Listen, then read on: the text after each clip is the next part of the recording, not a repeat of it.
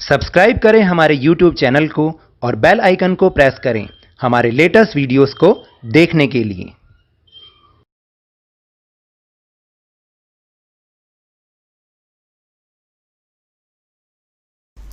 Hello and welcome to Lavneesh Sir की class. This is Directorate of Education GNCT of Delhi's worksheet number 14, and it is only for class 6th students. It has taken from the subject Social Science, and we will learn and understand some journal telephonic talk between two friends. तो आज की इस worksheet में हम क्या समझेंगे? हम समझेंगे एक ऐसे ही कुछ जर्नल, कुछ बात जो कि दो फ्रेंड्स के बीच में टेलीफोन पर यानी मोबाइल फ़ोन पर हो रही है, और फिर इसके बाद हम एक ऐसी चीज़ को समझेंगे, एक ऐसी चीज़ को लिखना जानेंगे जो कि हमारे स्कूल की डेली लाइफ में बहुत ही रेगुलरिटी के साथ हम उसको यूज़ भी करते हैं। तो वो मैं आगे बताऊंगा, अभी नहीं बताऊंगा। तो सबसे पहले read the telephonic talk between two friends twice, यानी आपको दो फ्रेंड्स के बीच में कुछ टेलीफोनिक टॉक हो रही है, उसको 2 बार पढ़ना है, और मैं आपके लिए उसको बहुत धीरे धीरे पढ़ूंगा। आप भी मेरे साथ उसको रीडिंग करेंगे ना, तो आपको उसका मतलब भी समझ में आएगा, और इसको आपको 2 बार पढ़ना है। सबसे पहले यहाँ पर 2 फ्रेंड्स हैं, मीना एंड रीना। मीना क्या कहती है? Good evening Reena, how are you? Good evening Reena, तुम कैसी हो? रीना, आई एम फाइन, मैं ठीक हूं। Meena, why did you not come to school today? तुम आज स्कूल क्यों नहीं आई? Why did you not come to school today, इसका मतलब है कि आप स्कूल क्यों नहीं आई? Reena, I am helping my mother in cleaning and decorating my house for Deepawali. मैं अपनी मदर के साथ दीपावली के लिए अपने हाउस को साफ कर रही थी और सजा रही थी। So I did not come to school, इसलिए मैं स्कूल नहीं आई। Meena, very good Reena. Very good Reena का मतलब बहुत अच्छे Reena. Then Reena say, thank you dear, I have written an application. धन्यवाद मेरी प्रिय मित्र, मैंने एक एप्लीकेशन लिखी है। Will you please give my leave application to our class teacher? क्या तुम हमारी क्लास टीचर को ये दे दोगी मेरी लीव एप्लीकेशन? तो मीना क्या कहती है? Yes, I will give. मैं इसे दे दूंगी। देखिए, बहुत आसान सी कन्वर्सेशन है। आप इन सेंटेंसेस को सीखिए और डेली लाइफ में इसको यूज़ भी करिए।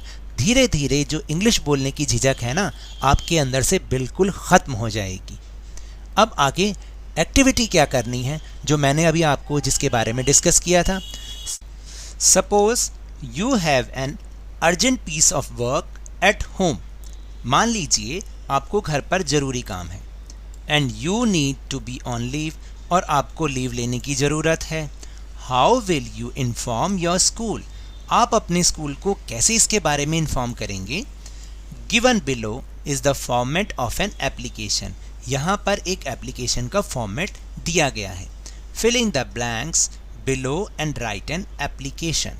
आपको क्या करना है, जो उसके अंदर ब्लैंक्स हैं उसको भरना है और एक एप्लीकेशन लिखनी है, जो कि आप अपने स्कूल में बहुत बार यूज़ करते होंगे। और मैंने देखा है बहुत सारे स्टूडेंट्स उसको लिखने में थोड़ी सी गलतियां करते हैं। तो आज का जो फॉर्मेट है, अगर आप याद कर लेंगे, फिर आपको कभी भी गलती करने का कुछ होगा ही नहीं, कि गलती आप करेंगे ही नहीं, और आपके सर या मैम भी बहुत खुश होंगे कि आप इंग्लिश में एप्लीकेशन बहुत बढ़िया लिखते हैं। तो let's see what is the format of this application. Application to the principal of your school asking for 2 days leave, यानी प्रिंसिपल को एक एप्लीकेशन लिखनी है जिसमें आप उनसे 2 days लीव के बारे में कहेंगे। तो कैसे होगी ये application? Let's see. The principal, अब वो टू नहीं लिखते हम लोग, पहले लिखते थे टू द प्रिंसिपल, खाली द प्रिंसिपल, और यहाँ पे मैंने एक एग्जाम्पल लिया है, उसके बारे में उस बच्चे को समझ के मैंने ये एप्लीकेशन लिखी है। Government boys senior secondary school, यानी नेम ऑफ योर स्कूल, आपको यहाँ पर अपने स्कूल का नाम लिखना है।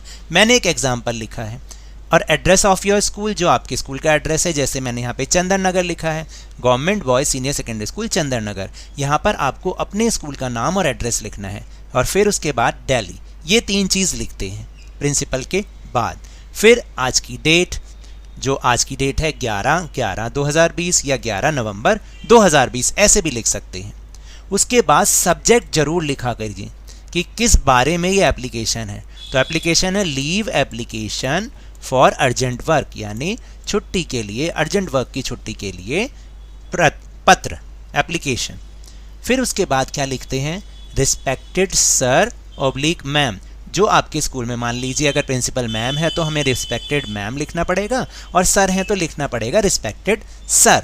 फिर फर्स्ट लाइन क्या होती है, with due respect this is to inform you that I am a student of class. आपको अपनी क्लास यहाँ पे लिखनी है। मैंने एग्जाम्पल लिखा 6th A। फिर उसके बाद आपको नेक्स्ट लाइन क्या लिखनी है, I have an urgent work, urgent piece of work at home, यानी मुझे घर पर ज़रूरी काम है। और पहली लाइन का मतलब क्या था कि मैं आपको ये इन्फॉर्म करता हूँ कि मैं 6th A क्लास का स्टूडेंट हूँ और मुझे घर पर बहुत ज़रूरी काम है। फिर थर्ड लाइन क्या लिखनी है, काइंडली ग्रांट मी लीव, क्योंकि हमें छुट्टी चाहिए तो leave, kindly grant me leave for, जितने भी दिन आपको चाहिए। मैंने 2 days लिख दिया, फॉर 2 days। और फिर उनकी तारीख भी लिखनी है, कौन कौन से दिन, दैट इज 11/11/20 एंड 12/11/20, यहाँ पे डेट्स आएंगी।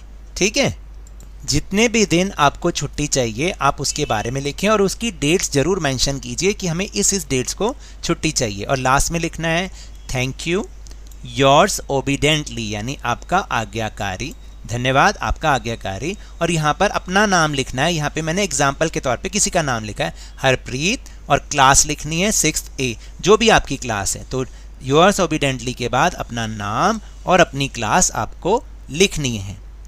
तो देखा आपने कितनी आसान सी एप्लीकेशन है, सिर्फ 3 या 4 लाइनें लिखनी है। आप इसको याद कर लीजिए, और जैसे जैसे जो भी डेट, जो भी इसमें ऑल्ट्रेशन करनी होती है, जो भी इसमें बदलाव करना होता है, आप उसके हिसाब से बदलाव कर लीजिए।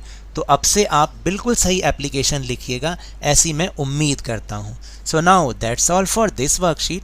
अगर मेरे इस तरह समझाने से आपको थोड़ा सा भी समझ में आया हो तो इस चैनल को ज़्यादा से ज़्यादा सब्सक्राइब कीजिए, लाइक कीजिए, और बहुत ज़्यादा शेयर भी कीजिए। और हाँ, मेरे साथ इसी तरह वर्कशीट को समझते रहिए, लेकिन ध्यान और मन लगाकर पूरी मेहनत और लगन के साथ पढ़ते रहिए। एंड अगर आपको कोरोना वायरस से बचना है ना, तो मास्क ज़रूर लगाइए, और जहाँ तक हो सके अपने घर में ही रहिए, तभी आप कोरोना वायरस से बच सकते हैं। क्योंकि जब तक दवाई नहीं तब तक कोई ढिलाई नहीं। Thank you very much.